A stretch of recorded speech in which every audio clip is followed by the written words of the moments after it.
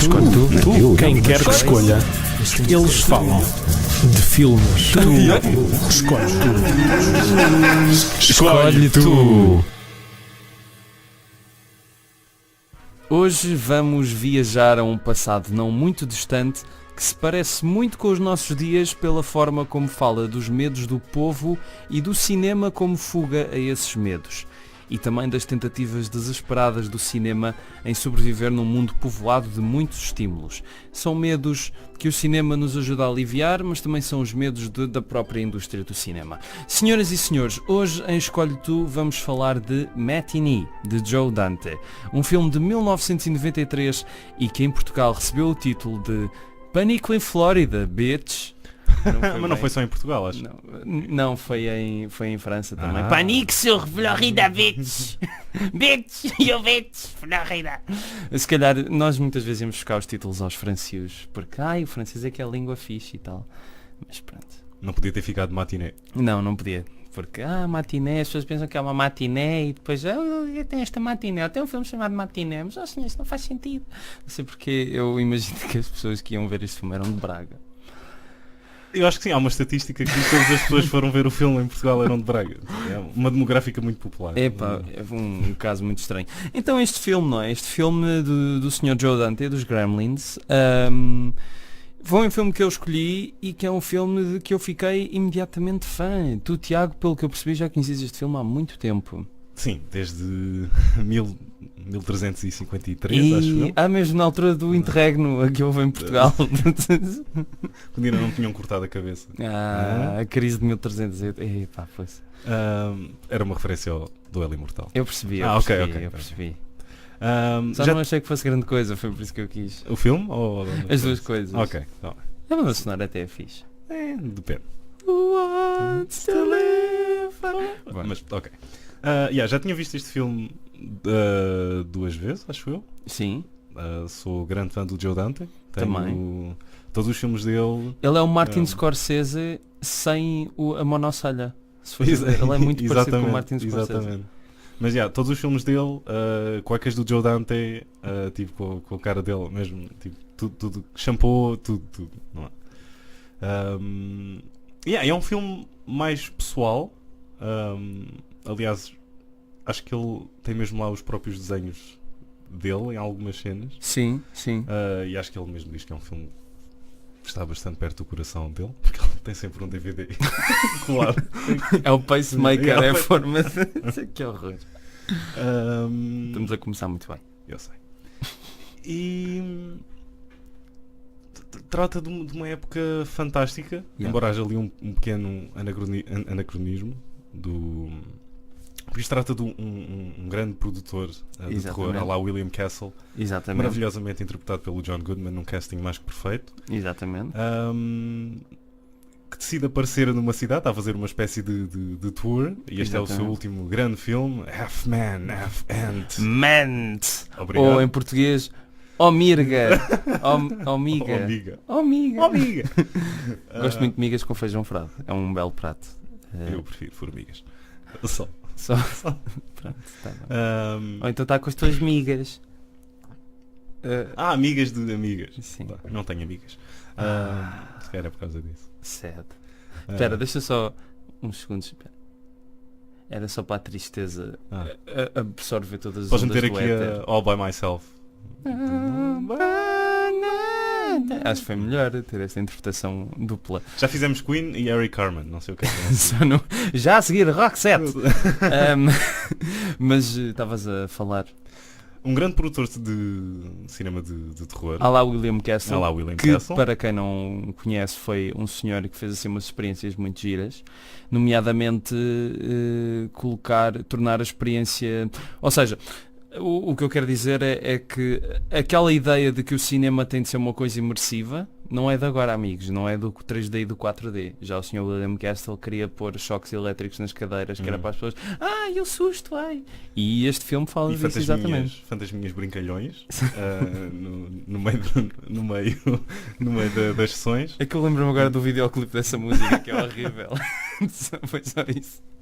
Mas sim. E isto vai entrar... Ou seja, o filme é sobre um dos filmes da Era Atómica, Sim. neste caso, ou seja, Não, diz. não diria que é um filme da Era Atómica, é um filme Não, que o Ment, utiliza... o Ment. Sim, o Ment, sim, desculpa. Ok, Você estavas a falar do Matinee. não. Mas sim, o Ment é uma espécie de paródia a todo um cinema nuclear. Eu não acho que é uma paródia, acho que é quase um filme daquela época. Sim, não, eu estou a dizer, ok. Eu estou a dizer que se torna uma paródia porque é uma coisa feita nos anos 90 a imitar aqueles filmes, mas aquilo é bastante fidedigno e igual àqueles Eles filmes. próprios utilizaram atores Sim, que daquela estavam época. daquela época. Sim. Rodaram-no ou filmaram, como quiseres, o que preferires. O Ment em a preto e branco mesmo. Exatamente. Não filmaram a cores para depois passar a preto e branco, foi ao contrário, ou seja, preto e branco E preto e branco? E depois cores. Não. Não, mas depois foi, quando passou para a película foi... Foi a preto e branco. Não, foi cores. O- Estou a dizer que passou para uma... O Matinee é cores. Logo Sim. o filme, o Edena Film, É preto e branco. sim, mas é cores. Tipo, bem, não interessa. Já não estou. Foi impresso em cores. Ok, está bem. E estávamos onde? Não sei, estávamos nisso. Estavas a falar do William Castle, dos filmes da Era Atómica, Uhum. do Ment ser um Mas filme da Era Atómica. basicamente esta visita vai... Mas nós estamos a falar da sinopse do filme. Supostamente as pessoas já viram o filme, se estão a ouvir isto, não é? Yeah. Não temos feito isto das outras vezes. Às vezes, não. Ok. Quer dizer, mais ou menos. Não, mas é assim, mas podes continuar a explanar a história, se quiseres. A explanar. Explana lá. E esta visita do produtor de terror vai entrar em contacto com a vida de um rapazito, de uma família. O Joe Dantinho. O Joe Dantinho. A fada dos Joe Dantinhos. Cujo pai foi... Ou seja, isto é durante a crise dos mísseis de Cuba. Exatamente. Ou seja, a visita dele coincide mesmo com a crise dos mísseis. Não é tipo, foi mesmo... Não, é claro que ele não tem nada a ver, não é? A personagem de John Goodman não tem nada a ver, mas o filme aproveita isso para fazer uma grande elegia do cinema, como aquilo que eu disse no início, que é como um escape para a realidade e como uma... Ou seja, tu entras numa sala e durante 2 horas a realidade não existe. As bombas, o pânico nuclear não existe. O que existe é aquilo que está no teu ecrã, à tua frente, e que acaba também por refletir os medos que, quando saís da sala, estão à tua espera lá fora. E eu escolhi esse filme porque eu, como tu, sou um fã do Joe Dante, gosto muito do Gremlins, principalmente do Gremlins 2, mas acho que este filme de facto é mais especial.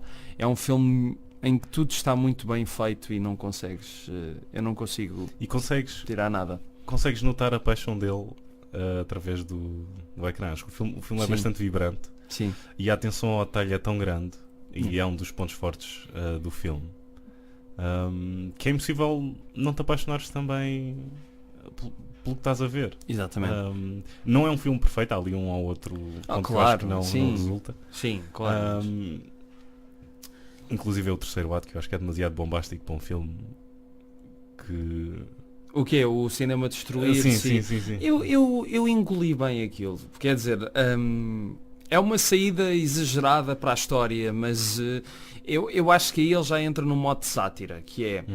Eu acho que com essa destruição do cinema, ele acaba por dar uma espécie de ironia à história, que é...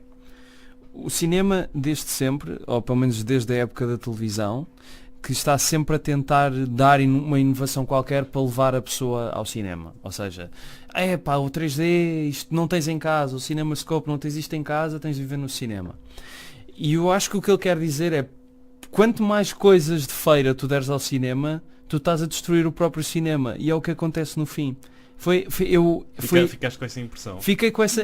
Eu sei que é uma coisa muito, muito rebuscada, mas acho que foi essa a ideia que eu tive, porque de facto o cinema foi toda a vida.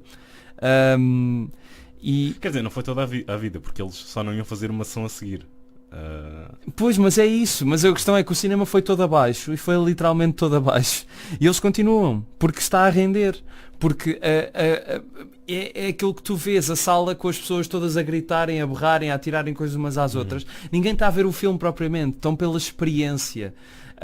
Que é uma coisa que se calhar para ele é muito importante, porque lembra-se de quando era miúdo. Sim, e acho que pessoas como o William Castle e outras que o John Goodman personifica são muito importantes, mas o que ele de facto está a dizer é a culpa também destas pessoas estarem a levar o cinema ao limite e vamos meter choques nas cadeiras para vocês ou aparecer um monstro ao meio do filme, é também culpa vossa porque não terem querido sair de casa e a descobrir coisas novas, percebes? Acho que é um bocado a mensagem que ele está a passar e até por causa disso lembro-me de ler no booklet que vem da edição Blu-ray do filme The Arrow, que vem um texto do David Jenkins, que é um crítico e jornalista de cinema, em que ele diz uma coisa que eu apontei e que acho muito interessante. Ele diz que o sinal a dizer Flight Pay TV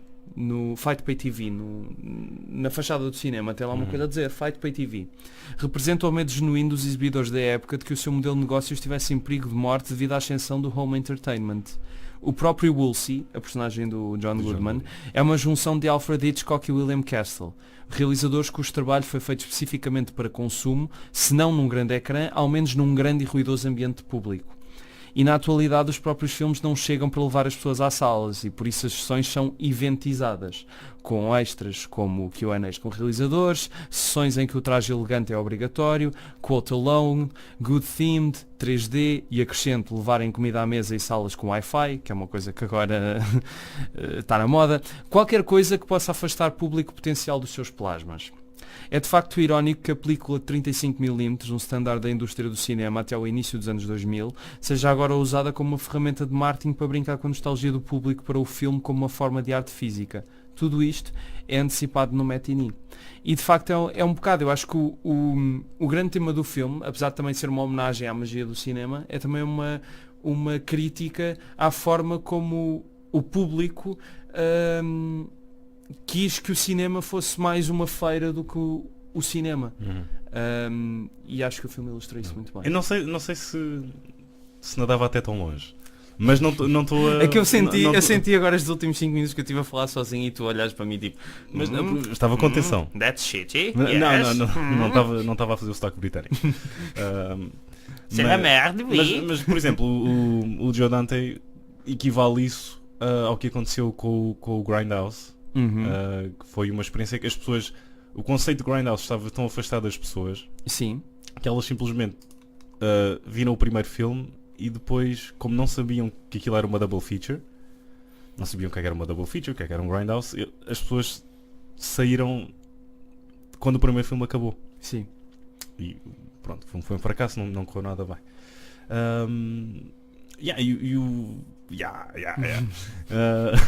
E o filme era um lamiré a uma época já passada. Sim. Mas eu acho que o filme retrata não só essa época, como também e uma coisa que estava também bastante presente no Joe Dante, e o facto de ser bastante pessoal, foi o facto de o presente poder ser o último dia. Sim. Em que eles viviam, sim. Que a ameaça atómica estava constantemente. Sim. Mas que apesar disso havia tempo. Mas apesar disso havia tempo para ir ao cinema. É aquela coisa de se nós morrermos, vamos morrer de qualquer maneira. Portanto, por que não ir ao cinema? É quando há aquela sessão, é quando estás naquele momento crítico. Não havia muito que pudesses fazer, por mais agachamentos, ou meter o casaco por cima, ou ajoelhares-te. Depois há aquela personagem fantástica da miúda. Sim. Que é tipo a rebelde anárquica. A rebelde anárquica, sim. Muito atual. Muito atual. E aquela parte em que eles estão a estudar a roda dos alimentos, é tudo comer carne ao pequeno almoço, almoço e jantar. Essa cena está deliciosa. É tão América. No pun intended. Mas, sim. A música do Jerry Goldsmith também achei encantadora. Mas voltando... Não. Mas voltando às... que é uma coisa que o Joe Dante sabe fazer muito bem, que é dirigir atores petizes. fê-lo muito bem durante a sua carreira e aqui não é exceção. Tu sentes mesmo que há ali, claro que é com a ajuda do argumento, mas que estão ali personagens de carne e osso e não só tipo, pedaços de cartão a e falar. Muito tocantes. E muito tocantes. A história de quando o protagonista, o miúdo protagonista, está a falar com o irmão por causa do pai, ou quando a mãe está a ver slides tu sentes que aquilo é verdadeiramente sensível e tocante, não é só uma historieta que está a encher chouriços no filme, é uma coisa mesmo bonita e de uma coisa que se passou. Sim, exatamente. Mas o que eu acho que o Joe Dante faz muito bem aqui e que faz bem nos Gremlins também, mas que acho que não consegue tão bem, é a junção de facto entre o lado sensível da história e os eventuais exageros. Eu gosto do fim do filme, eu gosto desse exagero porque pode-se levar essa interpretação rebuscada que eu estava a dizer. Mas por outro lado, ele também consegue tornar a personagem do John Goodman não numa anedota, muito pelo contrário. Não, claro. Eu até gostava de ter passado mais tempo com o John Goodman. Eu adorava jantar com o John Goodman. É das minhas pessoas preferidas no planeta. Eu adoro o John Goodman. Só para falar sobre Roseanne. Sim. Não, mas o momento em que eu percebi isso, porque pronto, o tipo chega à cidade, dá com o charuto na boca, acha que é o maior e tu achas que aquilo é um bocado, pronto, uma piada, não é? Mas aquele momento em que ele está a explicar ao Gene, o rapaz, está a explicar porque é que ele faz filmes e conta a alegoria do homem, do mamute e de como quando ele chega à casa depois de ter sido atacado e ter salvado do mamute, a primeira coisa que ele faz é desenhar o mamute e pensa, mas as pessoas vêm ver isto, temos de fazer isto bem, então vamos pôr os dentes mesmo grandes e os olhos mesmo maus. E assim nasceu o primeiro filme de monstros. A cada conto acrescenta-se um ponto. Sim, mas e ele continua e diz que é por isso que ele ainda faz filmes. Tu fazes os dentes tão grandes como tu queres e quando as pessoas saem da sala está tudo bem, as luzes vêm ao de cima e é por isso que quando as pessoas é a descrição deliciosa em que ele diz quando as pessoas vêm à tua cave com uma carpete de 200 anos e um tipo rasga o bilhete, já é muito tarde para voltares atrás, ou seja, tens de entrar no escuro e perguntar à sala, aqui estou, o que é que tens para me oferecer? E agora remata aí. Mas era isto. Mas ainda nessa cena do John Goodman e do Gene e da história do mamute, não só nessa cena, a própria personagem do John Goodman e a própria personagem do Gene, houve aí um pormenor que eu achei fantástico, foi eles terem basicamente os papéis trocados, de o Gene ser um bocadinho mais adulto. Exatamente. E a personagem do John Goodman ser um autêntico miúdo numa loja de doces. Sim, sempre... que não tem limites para os seus sonhos. Exatamente. E que quer tornar tudo possível. Eu acho que é isso que o torna de facto uma pessoa genuína e não só uma pessoa que quer fazer dinheiro. E é isso que eu acho muita piada na personagem dele, é que aquelas experiências que ele quer fazer no cinema, de meter os choques elétricos nos bancos e pôr o monstro a aparecer, é mesmo porque ele sente um mágico. Tipo como o Méliès, ou pronto, mais referência que clichê não poderia haver, mas eu acho que esse é o grande amor que o Joe Dante dá a essa personagem. Estas pessoas, claro, queriam ganhar dinheiro, claro, tinham de comer, não é? Mas ao menos tentavam que o seu trabalho fosse o mais mágico possível. Podia ser uma feira, e era, tipo, isto era tornar o cinema numa feira, na boa. A culpa não é deles. Eles têm de tentar que as pessoas venham ao cinema, ou é a transmitir televisão no ecrã grande, ou é desta maneira, mas se é para ser desta maneira, então vamos inventar, e vamos imaginar, e vamos levar a que as pessoas criem ideias na sua própria cabeça a partir das simples ilusões que nós estamos a fazer. E eu acho isso muito bonito. Não é nada fácil transpor um certo sentimento cá para fora quando estás a fazer um filme. Sim. E há mil e maneiras de um filme correr mal. E é incrível o facto de o Joe Dante conseguir trazer isso tudo cá para fora e nos encher em pleno com este sentimento tão alegre que é o de ir ao cinema, que para ele sempre foi, e passo a citar, como ir à igreja. Exatamente. Era um ritual de passar pelas pipocas, e o próprio filme descreve Sim. essa experiência toda ao mais minucioso detalhe. E então para ele que é uma escapatória, tal como para o Gene, que não é o miúdo mais popular e gosta de monstros e... Sim, e que vê-nos, ele diz que os seus melhores amigos são os monstros, Sim, não é? sim. Aliás, os atores, cena, o Vincent Price. Sim. Sim, e isso remete também para uma época extraordinária do cinema, quer dizer, eram filmes curtíssimos, já muitas vezes nem chegavam a 1h30, filmes de terror, ficção científica, que por mais, e nós vamos falar de um deles no próximo episódio, fica aqui o cheirinho, mas pronto, por mais rebuscados que fossem, ou por mais low budget que fossem, tinham aquela ideia de vamos fazer coisas novas e vamos, o céu é o limite, o dinheiro também, mas o dinheiro sendo um limite não limita a nossa imaginação. Sim, exatamente. A reconstituição da época, como tu estavas há bocado a falar, está muito bem feita. Está brilhante. Está excepcional. Tanto no filme, que é o principal, o Mente, como no... E agora eu esqueci, eu devia ter apontado o nome. Não sei se tens aí, o do carrinho de compras. Não, mas é delicioso. É mesmo aquele típico filme da Disney da época. Sim. Só que isso sim, uma sátira, não é? Mas sim, só faltava fazer um filme com um carrinho de compras. Eu até não sei se era sátira, Aquilo era sátira. Tu podias meter lá o logotipo da Disney e acreditavas por completo. Eu sei, mas eles não chegaram a esse extremo. Tiveram a minha cama voasse. Mas que era um filme bem fofinho, pelo que eu me lembro de ver em criança. Mas esse momento, e eu gostei, foi ele mostrar a sala toda entediada. Como um suposto filme que mas as personagens, o Gene e o irmão estavam mais entediados do que o resto. Não, mas não ouvias ninguém a rir naquele momento sequer era suposto rir, não é? Sim. Que eu acho que é o que acontece um bocado quando ainda passou sozinho em casa 4 ou Beethoven 6 na televisão. Não há ninguém a dizer caiu das escadas outra vez. Tinha esperado. Essa é a minha reação cada vez. Ficas com a voz. Mas sim, o Matinee deve ser dos filmes mais bonitos a falar do cinema como um lugar da imaginação e como um lugar de culto quase religioso e que nos tempos que correm, aliás desde sempre, tem sido sempre um bocadinho... Eu gostava... Eu gostei foi tipo quase uma porta a ranger. Foi neste momento, entrou o John Goodman. O que é que estás a dizer? Mas... que é daquelas coisas que se calhar muita gente não sente, não é? Porque eu outro dia estava a passear, apareceu-me uma conta de um fotógrafo qualquer, de uma fotógrafa, e era uma fotógrafa de figuras públicas ou de influencers ou lá o que é, e apareceu lá às tantas uma miúda. E o texto dizia, eu sou daquelas pessoas que gostam de ir ao cinema e não importa o filme, eu quero é entrar e comer pipocas.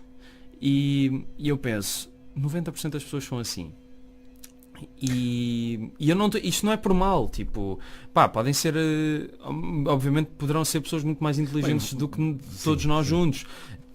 Mas é daquelas coisas, quer dizer, o tal lugar de culto, infelizmente, desde há muitas décadas que tem vindo sempre a ser massacrado à grande, com chicotadas, mesmo quase como há nome da Rosa, tipo nas costas, é ele próprio. Mas lá está, porque o próprio também se submete a isso. E portanto o filme deixou-me muito encantado, mas também deixou-me um bocado a refletir sobre estas questões e a pensar, isto é tudo tão...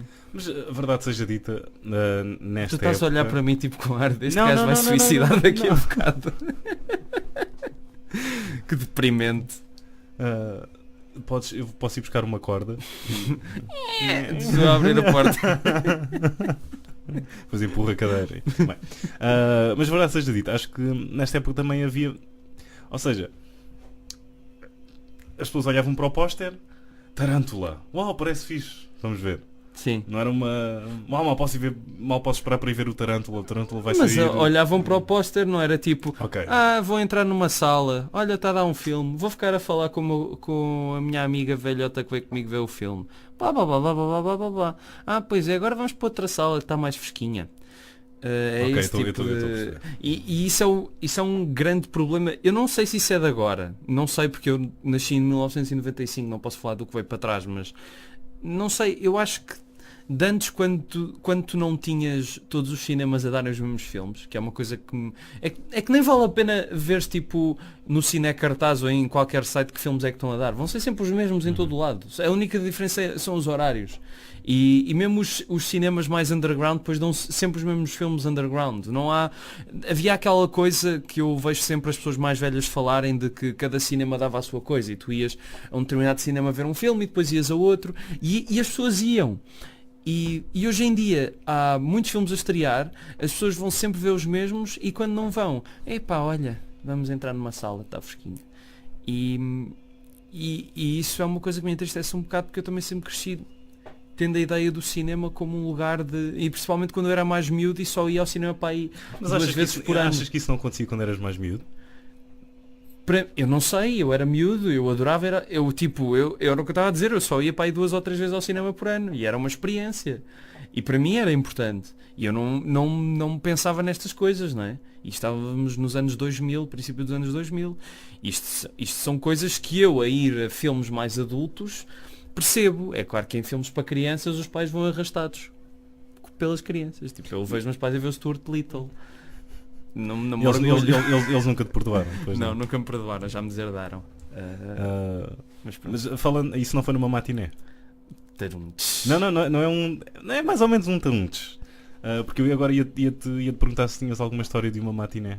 Foi numa matiné, mas não foi bem uma matiné, foi naquele horário em que acabam os matinés, vá, tipo meio-dia, okay. 1 da tarde. Okay. Mas mesmo o filme, aquilo não é uma matiné, aquilo está a passar ao fim da tarde. Pelo amor de Deus, agora estou a enganar as pessoas, pá. E agora que vamos aqui estou a enganar as pessoas, pá. Escolhe tu. Não, porque isso não foi. Pensava que ias dizer uma coisa muito positiva do filme e depois eu ia dizer, mas eu tenho uma história de uma matina. Não é bem uma história, é só então para dizer conta. Não é uma história. Eu gosto quando revelas o teu lado sentimentaloide. Eu agora vendi o peixe a um preço mais elevado do que ele vale. Porque é só... Eu lembro-me de... Eu e um amigo meu queríamos ir ver o Wallace and Gromit, A Maldição do Coelho Homem. Grande filme. Acho que já tinha saído de sala e não sei porque o Éborim, o velho centro comercial de Évora, para quem não sabe. Éborim? Éborim. Nas velhas salas do Alfa Duplex, da Luz ao Mundo. Acho que eles reporam o filme, não sei porque. Repuseram. Eu disse o quê? Reporam. Mas foi bonito. Podes cortar esta parte? Não corto. Bolas. Eu só corto quando sou a enganar-me. Não. Mas sim, nós obviamente tínhamos para aí uns 11 anos e ninguém podia conduzir ainda. E tivemos de fazer um plano qualquer para apanhar 2 boleias de 2 pais diferentes. Acho que talvez um avô andava ali à mistura. Mas não podia ser só um? Não. Essa é que foi. Houve ali um obstáculo no meio. Não, mas queremos ver A Maldição do Coelho Homem. E vamos conseguir! E conseguimos. E depois e gostámos do filme. Mas foi tipo de manhã? Foi mesmo de manhã. Foi mesmo de manhã. 6 da manhã. A dar no duro. Alvorada. Mas isso deve ter sido uma experiência que foi muito bom. Eu é assim, as primeiras vezes que eu fui eu acho que já falámos sobre isto aqui, não já? No primeiro episódio não falámos das primeiras vezes que fomos ao cinema. Mas a primeira vez que eu fui ao cinema foi ver o Toy Story 2. E lembro-me que foi, pelo menos é o primeiro filme de que eu me lembro. Não sei se houve alguma coisa antes, mas acho que não. E foi um acontecimento. E nesse ano fui ver o Stuart Little também. Foram esses 2 filmes. É claro que um passou à história e outro não. Não preciso dizer qual é que passou à história. Claro que foi Toy Story 2 e ninguém se lembra desse filme. O Stuart Little é uma obra-prima. Toy aqui? Story. Okay, não conheço, só conheço o Stuart Little. Pois, os carros de cinema falaram dele na semana passada. Michael J. Fox como Stuart Little. O grande papel da vida dele depois do Regresso ao Futuro. Vamos ser sinceros. O que é que ele fez de relevante depois do Regresso ao Futuro? Fez o Spin City, que é uma série fixe. Mas, o The Frighteners, do Peter Jackson? Não? Não. Ok. Não gostaste do filme? Agarrem esses fantasmas. Não, nunca gostei muito do filme. Vi muitas vezes quando era miúdo e não gostava particularmente. Vais-te embora. Yeah. Mas vamos voltar ao matiné. Sim, sim. O que eu acho muita piada em retrospectiva nestes filmes em que há muita interatividade, ou essa intenção de interatividade, e que o William Castle fazia muitas vezes, é que tu olhas em retrospectiva, vês em casa e rires daquilo, porque não era suposto veres em casa, mas aquilo tem a sua piada.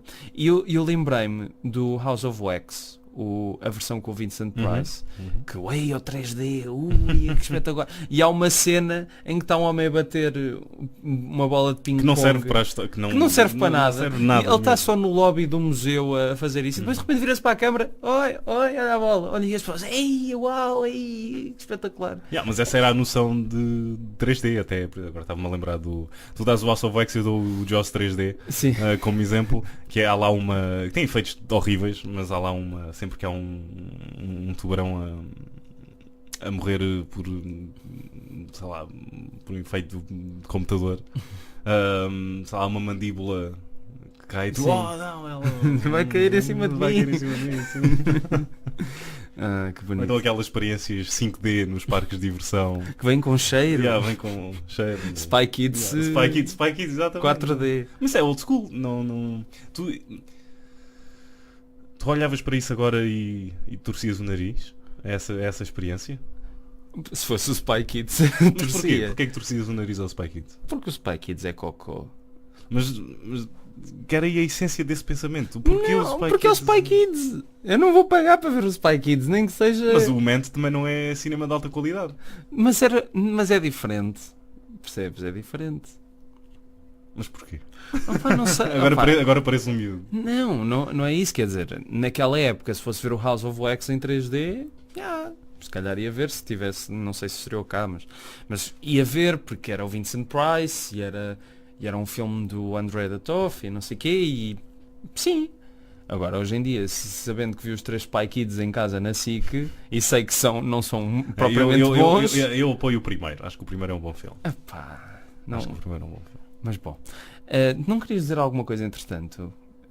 Enquanto eu estava a falar. Sim, estavas a falar da interatividade do cinema e destas gimmicks, e depois lembrei-me, peraí, o Gremlins 2 também é assim. Pois é, com aquela famosa cena em que o filme de repente desaparece. Porquê? Pois os pequenos diabos, esses diachos verdes, esses bandidos andam por lá a roer a fita do filme ou a fita do VHS. E que pois é isso, há uma cena espetacular, porque há a versão de cinema em que de repente o filme deixa de dar, e acho que as pessoas na altura acreditaram mesmo E em cassete também, eu vi muitas vezes o filme em cassete e aquilo parecia que de repente a cassete tinha estourado. E depois, eles estão ali, que engraçado. Mas sim, essa brincadeirinha do Joe Dante por aí. É outro filme, não querendo agora esticar muito para o Gremlins 2, mas também é basicamente, não tem tanta emoção, mas é um cartoon. É um cartoon e é melhor que o primeiro filme. É melhor que o primeiro filme. O Chris Columbus, eu queria fazer uma coisa muito negra com os monstrinhos. Please, não te leves tanto a sério. Fizeste sozinho em casa. Que mais é que temos para falar? Já estamos aqui um bocado em cima do tempo. Uma coisa que eu também achei engraçada no filme foi as suas técnicas de marketing. Também tem muito a ver, o cinema sempre foi marketing também. E desde o facto do John Goodman contratar 2 atores do filme para fazerem Liga Conservadora contra o filme. Sim. Que é claro, não falámos dos regulares do Joe Dante. Sim, o John Sayles. O John Sayles que está lá. Exatamente. O Dick Miller. Exatamente. O Robert Picardo, que é o gerente do cinema. Exatamente. E mais alguns que agora não estou a lembrar, não. Sim. O Jerry Goldsmith, claro, mas... Sim. Não, mas estava a falar disso, do marketing, e acho que querias falar também sobre isso. Queria falar, mas do marketing mesmo do matiné. Sim. Em que basicamente, depois do Joe Dante ter mostrado isto à Universal, basicamente o presidente disse, ok, isto é tudo muito bom, gostei do filme, mas como é que eu vou vender isto? Pois. E sim, não houve assim grande. Não foi um filme que tenha chegado e tenha arrebentado com as bilheteiras. Mas ganhou um culto considerável ao longo dos anos. Embora que, lá está, e o Joe Dante também lutou muito. Ele conta de ter implorado à Universal para... Ouçam, porque o filme era dos poucos dele que ainda não tinha saído em DVD na altura. Isso é 2009, 2010. Ou que se tivesse saído tinha edições muito mais em 4x3 e etc. Ele disse, ouçam, quando lançarem isto em DVD digam qualquer coisa, porque eu tenho aqui um monte de material extra para vocês. E eles, claro. E tal, não é surpresa, para surpresa do Joe Dante, quando ele lê em qualquer lado que o Matiné vai ser lançado em DVD pela Universal, numa edição que não tinha extras nenhum. E eles, então, mas eu pedi-vos para vocês me dizerem qualquer coisa que eu tenho aqui, tipo, não querem isto? E ele, desculpa, já é demasiado tarde, isso vai para o Blu-ray. E eles, mas isto é um filme de culto, não vão vender sem extras, isto se calhar não vai vender o suficiente para depois fazer um Blu-ray. Mas ele depois teve a vingança dele.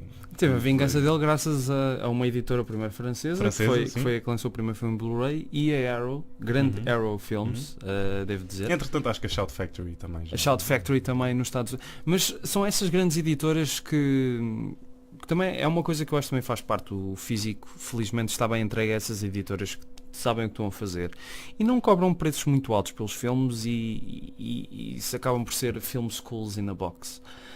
Mas sobre o marketing do filme, apesar dessa cena dele contratar os atores para fazerem, ser uma cena fictícia, o filme não deixa também de tocar numa questão que é muito relevante, que é porque é que as crianças podem ser opostas aos horrores da realidade, mas não ao que oferece um filme de ficção científica. Porque é aquela coisa, é um filme violento, isto não sei o quê. Então, violento não é o facto de achares que o mundo pode acabar a qualquer momento. Tipo, se tu sabes isso, quê? Vais ver filmes do My Little Pony o resto da tua vida porque não podes encarar isso é que é um horror, verdadeiro. Pois, isso é que é o horror. Isso é que é um horror, imagina tu estar sob a ameaça constante do mundo ser tomado conta por My Little Ponies. Isso era muito mau. Vamos ser todos fofinhos. mas de facto o filme fala um bocado disso, porque nós vivemos num país ainda muito conservador em muita coisa. E onde as pessoas nunca deram o devido valor a algumas coisas. Não estou a falar só do caso do Herman, que foi censurado por fazer um sketch que ninguém tinha visto ainda. Eu acho que é a censura mais estúpida de todos os tempos. Da Última Ceia? Ele tinha um programa que era o Humor de Perdição e que tinha uma rubrica que era as entrevistas históricas, onde ele entrevistava pessoas da história de Portugal e ia haver um sketch com a Rainha Santa Isabel. E o sketch ainda nem tinha saído. E as pessoas começaram, vai. E depois suspenderam o programa por causa das queixas e o sketch não tinha sido emitido. As pessoas só viram o sketch anos depois, quando o programa foi reposto, ou quando fizeram uma homenagem qualquer ao Herman, e viram que o sketch era completamente inofensivo. Era tipo, ela vinha que ela é do Milagre das Rosas, que se transformaram em pães. Então ela tira um pão e o vidor diz, um pão, milagre. Não, isto é o meu almoço. Não sei. Tipo, uma coisa completamente inofensiva. Isso parece sair dos dias de hoje e não de há décadas atrás. Não, e também somos o mesmo país que a vida privada de Salazar, sim, pode existir esse filme em que o Diogo Morgado está maquilhado até ao pescoço, mas os contemporâneos fazerem um sketch a gozar com esse filme em que dizem que são basicamente situações de pornografia com o Salazar, não, isto não é bonito. Pronto, somos um país assim um bocado estúpido e somos e somos um país, não só, mas um mundo estúpido em que, noutro caso, às vezes a violência é permitida, mas agora mostrar maminhas num filme, isso se calhar é capaz de ser muito violento para as crianças. Please. Sim, agora dá para fazer inúmeros casos da MPA em que isso aconteceu. Mas não será a humanidade demasiado estúpida? Não será o aquecimento global se calhar aquilo que nós merecíamos? Talvez. Eu acho que este episódio está a ser muito deprimente, não está? Por minha causa. Queres acabar com uma explosão nuclear agora no fim? Não, vamos acabar com uma coisa mais fofinha. O Matinee é um belíssimo filme do Joe Dante, que infelizmente não está disponível em Portugal nas vias legais, nas outras já sabem. Gosto muito do Videoclube do Sr. Joaquim, aproveito aqui para dizer, vão ao Videoclube do Sr. Joaquim, espero que ele nos dê um patrocínio. E pronto, não sei. Assim ficou o Matinee, um filme mais doce que a manteiga que vocês podem pôr nas vossas pipocas. Ei, uau! Tu tinhas isso guardado para dizer? Não, inventei agora. Juro que foi tipo... Mas falaste tudo o que querias falar? Eu falei tudo o que queria falar. Portanto, é isto, o amor ao cinema. Tinha uma receita de pão de ló que olha, dizer, mas se calhar fica para a próxima. Citando um personagem do Herman, tens de pôr imensa paprika. Citando outra personagem do Herman, comigo é mais bolos. Eu é mais bolos. Bolas! Se é... E deste cabo dos microfones. Se é para citar o senhor, tem de ser como deve ser, né? Que é para ver se ele ouve isto e também põe aqui uns copos, né? Mas Matinee de Joe Dante e Pânico em Flórida, bitch! Foi o nosso filme desta semana. Espero que tenham gostado desta conversinha. Vejam o filme ou revejam. E é isto, não é? Revejam, é verdade. Caíste a tua própria armadilha. Não, nós não acabamos por spoiler muito o filme. Quer dizer, mais ou menos, mas pronto. Então despedes dos senhores? Adeus, senhores. Adeus, senhoras. E... Bolas, porquê é que ficaste com as senhoras? Porque tu disseste ir para os senhores. Okay. Não percebeste a rasteira que eu tinha na minha... Então vá. Boa semana. Portem-se bem. Beijinhos. Voltamos para o próximo episódio. Esquece. Voltamos para o próximo blá blá. Verdade. Pronix. Kramatz. Shitmix. Muito bem. Então vá. Até para a semana, amiguinhos. Adeus. Escolhe tu. Quem quer que escolha. Eles falam de filmes. Tu escolhe tu. Escolhe tu.